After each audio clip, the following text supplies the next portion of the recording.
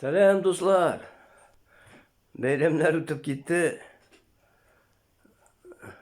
4 gün подряд температура. Нишләргә менә гармония мине. Лечусь.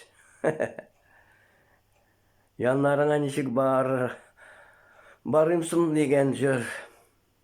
Салават җырлый.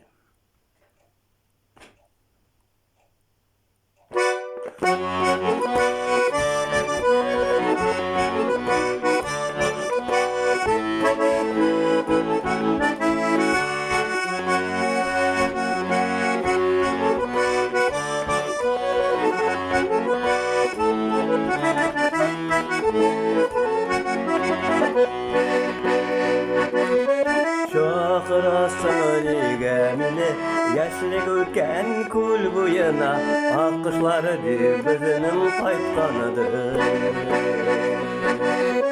Ayrılan yollarımız, dağın kili kışraşuğa, yazımız değilsin şulay kuşkanıdır.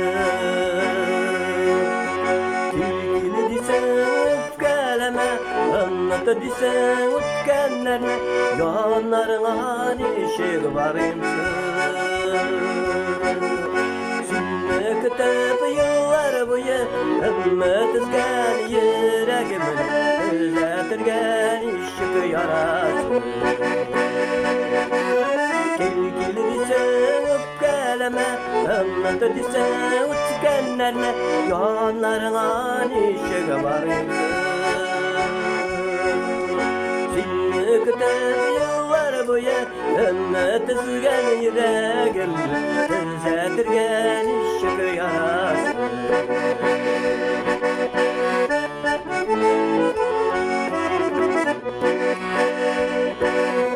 Kul boyuna düşken idim, başını igen bidire talga, yalğıza kış kuredim kulümede. İrteşingen geller kimi siyutu yana almadı, sağışkına yılı kulümede.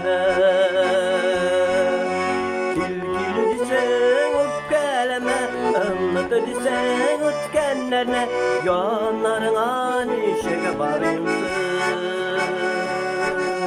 Şimdi kitap yıllar boyu, ümmet izgen yüreğimi, özletirgen işik yarasın.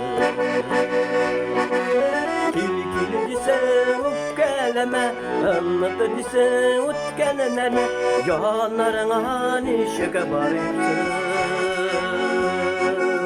Şimdi kitap yıllar boyu, ümmet izgen yüreğimi, özletirgen işik yarasın. Özletirgen işik yarasın. Özletirgen işik yarasın.